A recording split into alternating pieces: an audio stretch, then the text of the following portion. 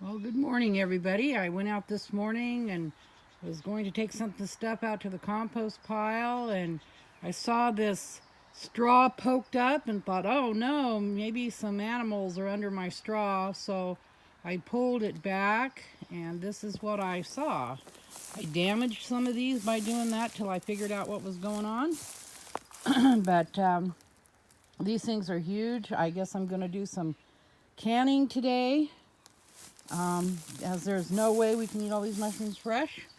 But there's a ton of them in here, and I wanted to put my hand down for size. This is how big this mushroom is. It is just, they are huge.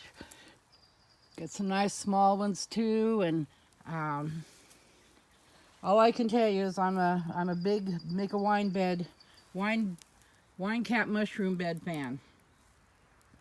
So this is a lot of food, and I just took the straw. This is about, maybe 3/4 of a bale, but straw is expensive here.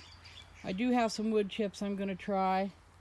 Um, but this is what I consider an annual bed because it came up within about 4 months, relatively fast, maybe even less than that.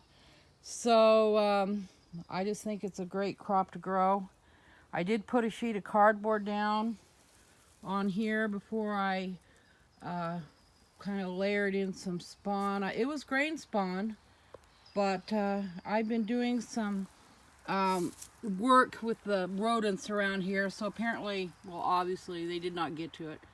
So I would consider, when I put in more beds, I'm going to make some homemade rodent bait traps that the dog can't get into, and really deal with the rodent issues. So if you're going to use grain spawn, it's not going to get eaten up.